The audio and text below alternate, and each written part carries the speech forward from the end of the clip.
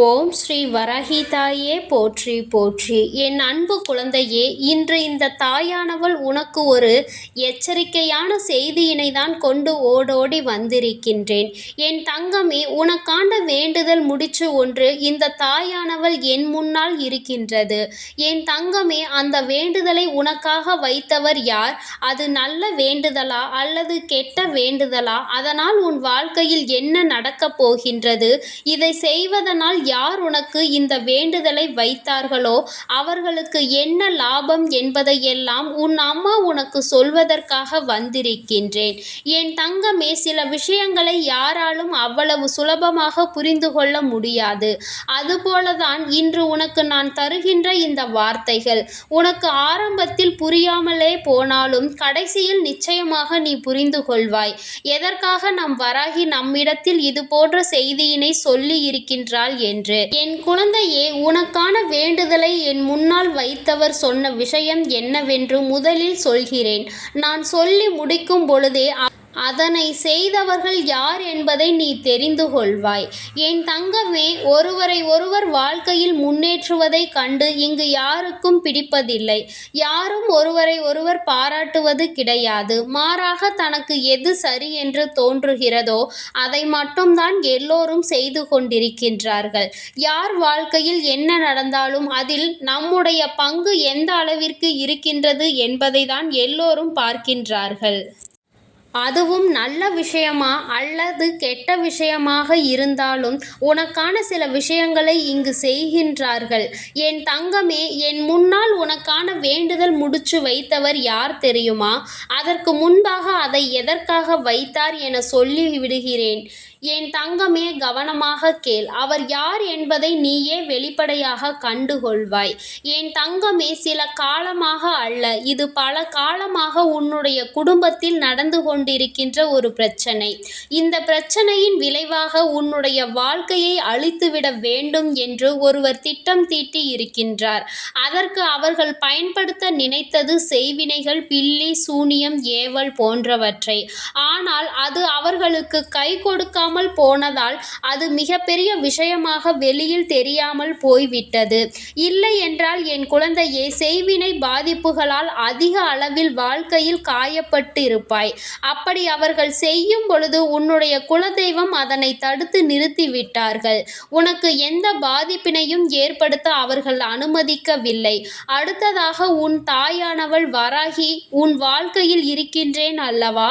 இனிமேல் யாரும் எந்த விஷயங்களை உன் வாழ்க்கையில் செய்துவிட முடியாது. என் பிள்ளையே, இது போன்று உன்னுடைய வாழ்க்கையில் நடந்த பிரச்சனைகள் ஏராளம். சில நேரங்களில் எல்லாம் எத்தனை பிரச்சனைகளை தான் நாமும் சமாளிப்பது என்று சொல்லி என் குழந்தை மனதிற்குள் ஏகப்பட்ட பதற்றங்களும் பயங்களும் வந்து விடுகின்றது.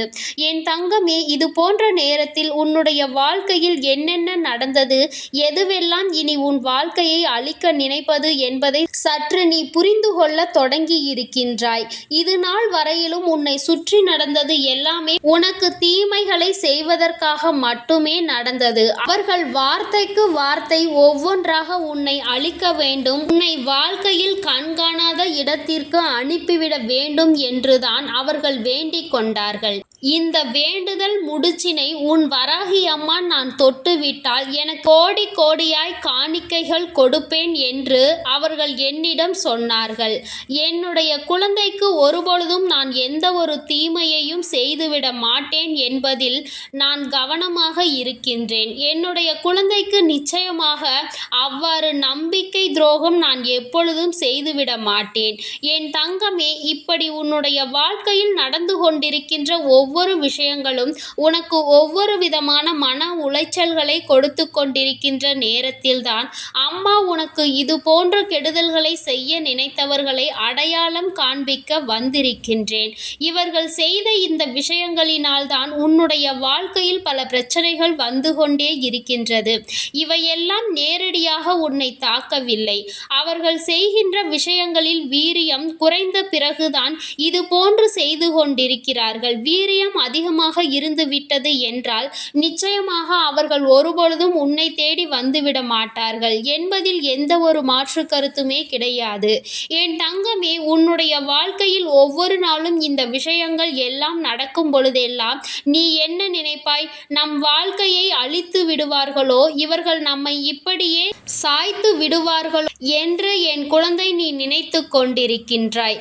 குலதெய்வம் உன்னை காக்கும். அதன் பிறகு இந்த வராகியானவள் உன்னை காப்பாற்றுவேன். உன்னுடைய இஷ்ட தெய்வம் யாராக இருந்தாலும் அவர்களும் உன்னை காப்பாற்றுவார்கள். இந்த முடிச்சானது நல்ல முடிச்சு என்றிருந்தால் அம்மா என்றோ திறந்து பார்த்து அந்த வேண்டுதல்களை அவர்களுக்கு நிறைவேற்றி கொடுத்திருப்பேன்.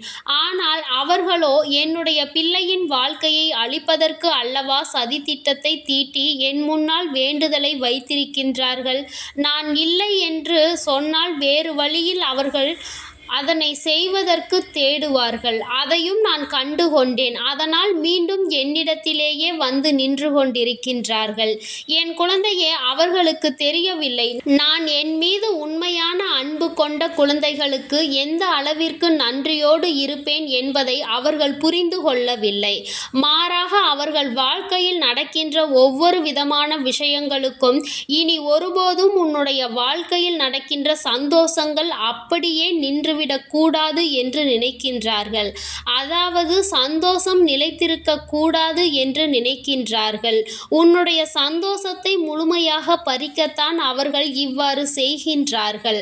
அவர்களின் எண்ணங்களை உண்மையாக்க கூடாது அல்லவா? இனிமேல் அவர்களினுடைய வேண்டுதல் எல்லாவற்றையும் நம்முடைய கண்காணிப்பிற்குள் கொண்டு வந்து விட்டோம் என்றால் இவர்களால் உன்னுடைய வாழ்க்கையில் எந்த ஒரு தீமையையும் செய்துவிட முடியாது என்பதை புரிந்து கொள்வாய். என் தங்கமே, உன் வாழ்க்கையில் நீ செய்து கொடுத்த மிகப்பெரிய சத்தியம் என்ன தெரியுமா? எதுவாக இருந்தாலும் ஒரு நாள் இந்த வாழ்க்கையில் நான் நல்ல நிலைக்கு வந்து விடுவேன் என்பதுதான். யார் என்ன செய்தாலும், எத்தனை செய்வினைகள் சூழ்ச்சிகள் என்று செய்தாலும் நான் நிச்சயமாக இந்த வாழ்க்கையில் வெற்றி பெற்று காட்டுவேன் என்கின்ற எண்ணத்தோடு என் பிள்ளை இங்கே வாழ்ந்து கொண்டிருக்கின்றாய். என் தங்கமே, இந்த வாழ்க்கைக்கான அர்த்தம் உனக்கு கிடைக்க வேண்டும்.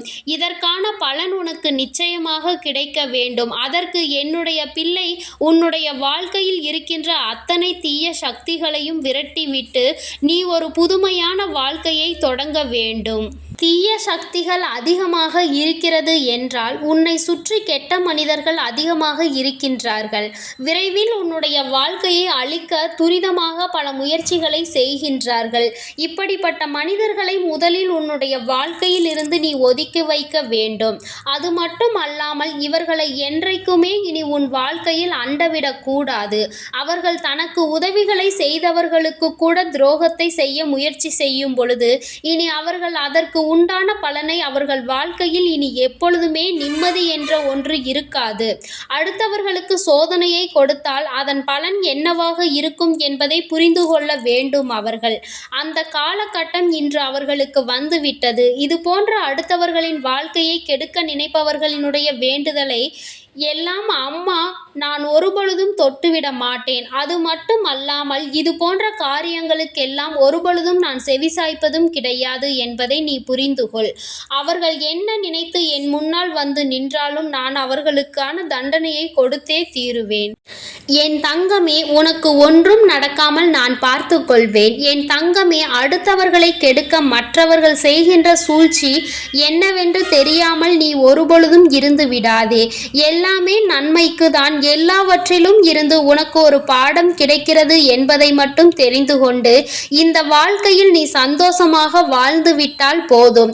எல்லாமே உனக்கு வெற்றி மட்டுமே கொடுக்கும் என்பதில் எந்த ஒரு மாற்று கருத்தும் கிடையாது.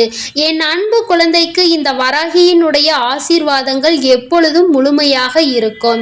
என் தங்கமே, அதனால் நீ எதற்காகவும் கலங்காதே, எதை நினைத்தும் வருந்தாதே. நீ நல்லதையே நினைத்தால் உன் வாழ்வில் எல்லாம் உனக்கு நல்லதாக மட்டுமே நடக்கும்.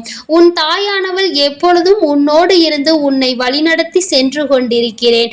அதனால் நீ எதை நினைத்தும் கலங்க வேண்டாம். என் தங்கமே, நீ எதை செய்ய நினைத்தாலும் முழு மனதோடும் முழு நம்பிக்கையோடும் அந்த காரியத்தில் இறங்கு.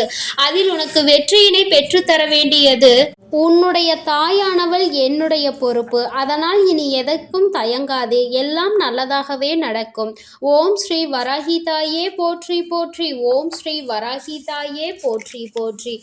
பஞ்சமியின் நாயகியே போற்றி போற்றி. சிம்ம வாகினியே போற்றி போற்றி.